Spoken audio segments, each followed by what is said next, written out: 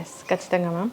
చివరిగా ఒక ప్రశ్న, అంటే ఇప్పుడు ఉన్న ఆహారపు అలవాట్లు చూస్తే పిజ్జా, బర్గర్, మొత్తం జంక్ ఫుడ్ లేదా ఆన్లైన్ ఆర్డర్లో మిడ్ నైట్ బిర్యానీలు అన్నీ తింటూ ఉన్నారు. అసలు వీటన్నిటిని చూస్తే ఏమనిపిస్తుంది మీ మనసులో? ఇప్పుడు పిల్లలు తల్లిదండ్రుల మీద తిరగబడుతున్నారు. ఉద్రేకాలు వాళ్ళకి వెంటనే ఇన్స్టెంట్గా వాళ్ళకి ఇవ్వకపోతే పేరెంట్స్ని తిట్టడము, పేరెంట్స్ మీద తిరగబట్టని చూస్తున్నాగా. అవును. కారణం ఏమిటి? ఎవరో చేసినటువంటి పదార్థాలు, రకరకాల ఆలోచనలతో చేసినటువంటి వంటకాలు, తినకూడనటువంటి ఎప్పుడెప్పుడో నిలవ ఉన్న పదార్థాలు, బ్యాక్టీరియా ఇచ్చిన పదార్థాలు అర్ధరాత్రి పూట తింటున్నారు.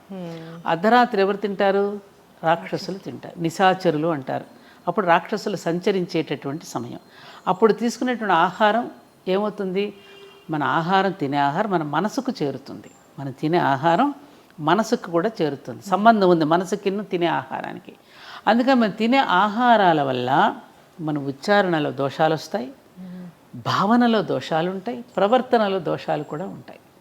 అందుకని మన పూర్వీకుల ఆహారపు వేళ యుక్తాహార విహారస్య అని భగవద్గీతలో చెప్పినట్టు ఆహార విహారాదులలో కూడా ఎటువంటి జాగ్రత్తలు వహించాలో శ్రీకృష్ణుడు భగవద్గీతలో చెప్పాడు కదా.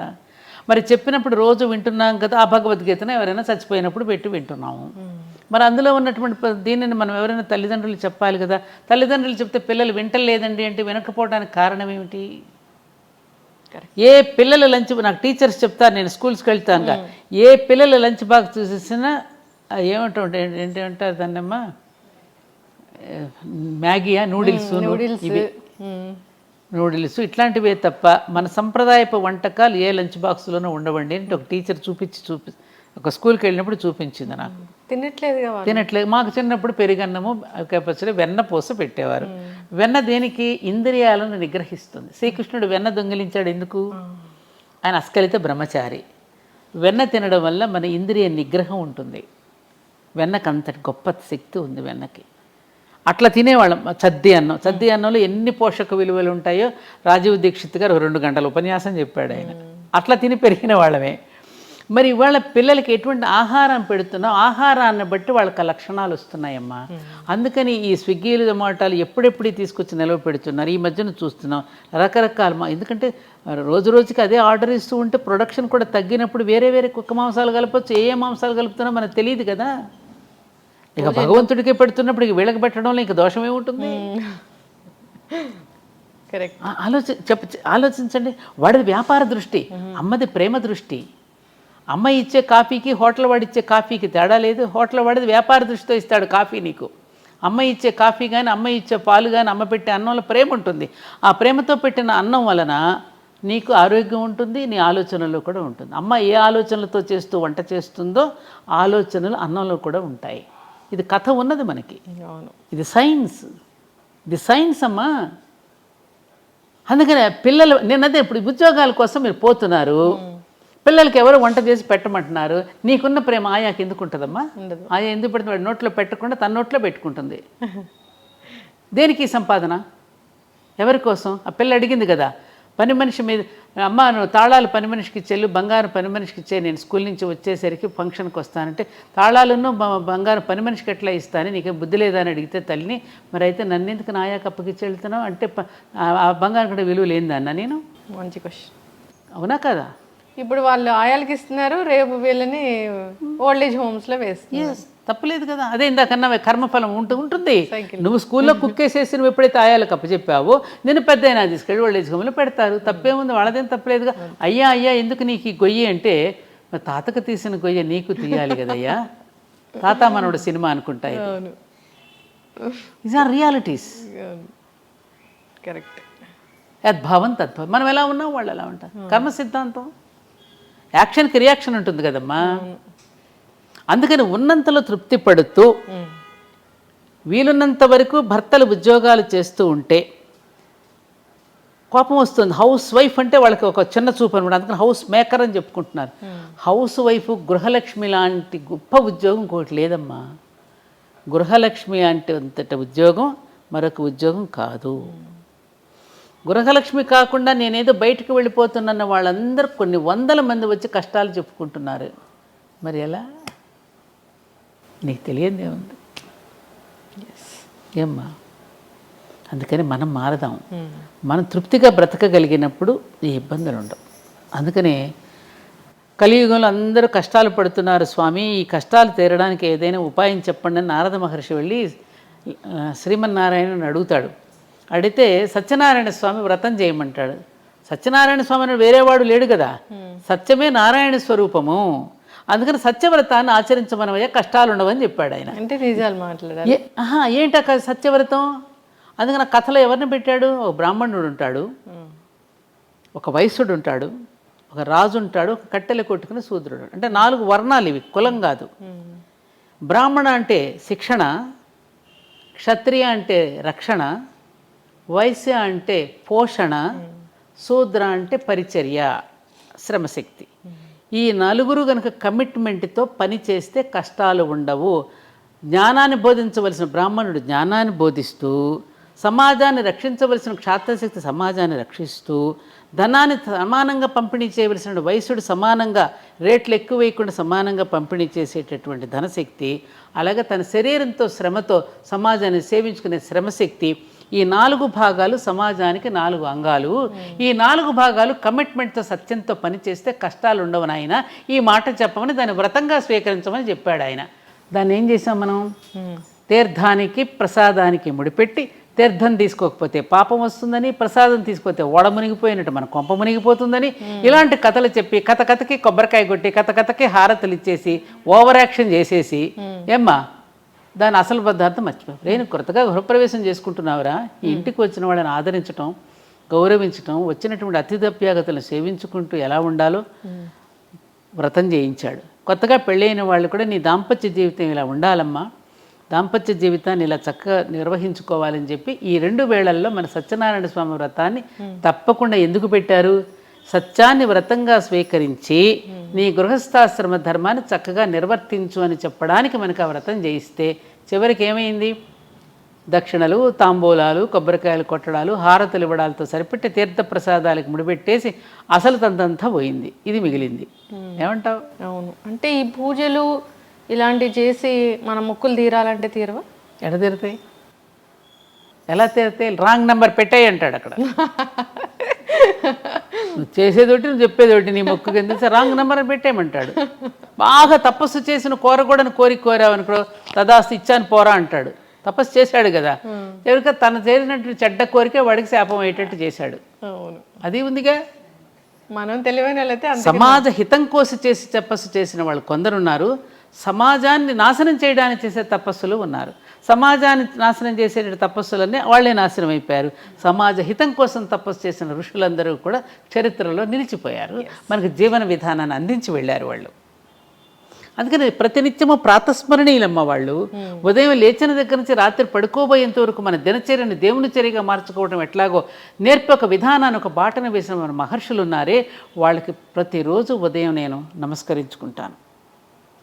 సప్తఋషులకి ఎంత జ్ఞానం, ఎంత ఇచ్చారమ్మా మనకి, ఎంత ఇచ్చారమ్మా, ఎంత ఎంత ఎంత ప్రతి పండుగ దినాల్లో కూడా మనకి ఎంత అద్భుతమైన సందేశాన్ని ఇచ్చారు.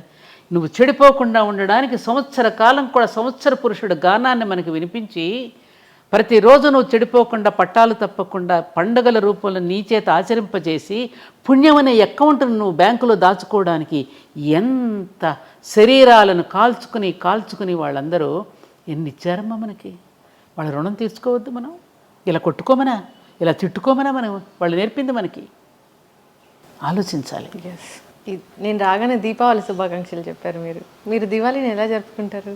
దివాళీ పండుగ అంటే మా ఇంట్లో మాకు బాగా ఇష్టం. ఎందుకంటే వీళ్ళు ఎక్కువగా నార్త్లో ఉండొచ్చారు కదా, తప్పకుండా ఉదయం పిండి వంటలు చేసుకోవడం, చుట్టుపక్కల ఉన్న వాళ్ళందరికీ, మా అత్తగారు నేను ఉంటే రాత్రంతా ముందు రోజు రాత్రి బాగా పిండి వంటలు ఎక్కువగా చేసి ఆ కాలనీలో ఉన్న చుట్టుపక్కల అందరికీ పంచిపెట్టడం జరిగేది.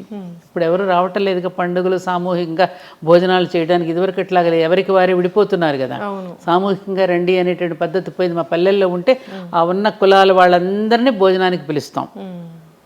ఇది చాకలి సోదరుడు, మంగలి సోదరుడు, కమ్మ సోదరుడు, కుమ్మరి సోదరుడు, అందరినీ. ఎందుకంటే ప్రతి వృత్తిలో నువ్వు సహకరిస్తున్నావు కదా ఒకరికొకరు. నేను పంట పండిస్తున్నాను, నేను పంట పండించేటప్పుడు మీరందరూ నాకు సహకరిస్తున్నారు కాబట్టి అందరం కలిసి భోజనం చేద్దాం రండి అని అన్ని కులాల వాళ్ళు వచ్చి భోజనం చేస్తే ఆ వండిన పిండి వంటలు అందరం కలిసి భోజనం చేసే విధానం మనకు పండుగల్లో ఉండేది. ఇప్పుడు రాజకీయ నాయకులు వచ్చిన తర్వాత ఈ రాగద్వేషాలు పెంచేశారు కదా అందరిలో. ఎర్షెడ్ వాళ్ళకి పెరిగాక ఎవరికి వాళ్ళే మేము రామని భోజనాలకు ఎవరు రావట్లా ఇప్పుడు. అలా అయిపోయింది ఇప్పుడు. కాబట్టి ఇంక సాయంకాలం అయ్యేసరికి దీపాలు వెలిగించుకోవడం. ముఖ్యంగా దీపాలు వెలిగించేటప్పుడు మేము చేసేది ఏమిటంటే, మనకి జీవితంలో మనం ఎదుగుతూ ఉన్న కొద్దీ మనకి సహాయం చేసేవాళ్ళు ఉంటారు. మన తాతగారులు, మన అమ్మమ్మలు, నాన్నమ్మలు, మనకి ఎవరెవరైతే మనకి ప్రేమగా చూశారో, మనకి జీవితంలో మనకి ఉద్యోగంలో కానీ సద్యోగంలో కానీ ఏదైనా ఒక వ్యాపారం ఏదో ఒక రూపంలో మనకు సహకరించే వాళ్ళు ఉంటారు. ఆ సహకరించినటువంటి వాళ్ళ కృతజ్ఞతలు చెప్పుకుంటూ వాళ్ళ పేరుతో ఒక దీపం పెడతా నేను. ఇది పలానా వారికి నాకు ఈ సహకరించారు కాబట్టి వారి పేరు మీద ఈ దీపం అని వారికి నమస్కారం చేసుకో. దాన్ని బలివైశ్వ దీపం అంటారు. ఉంది మనకి ఇది. ముందు రోజున పెడతారు, బలి దీపాలను పెడతారు. ఆ చనిపోయిన వాళ్ళందరినీ గుర్తు చేసుకుంటూ వాళ్ళ పేరు మీద ఒక దీపం వెలిగించుకోవడం, అలా దీపాలు పెట్టుకోవడం.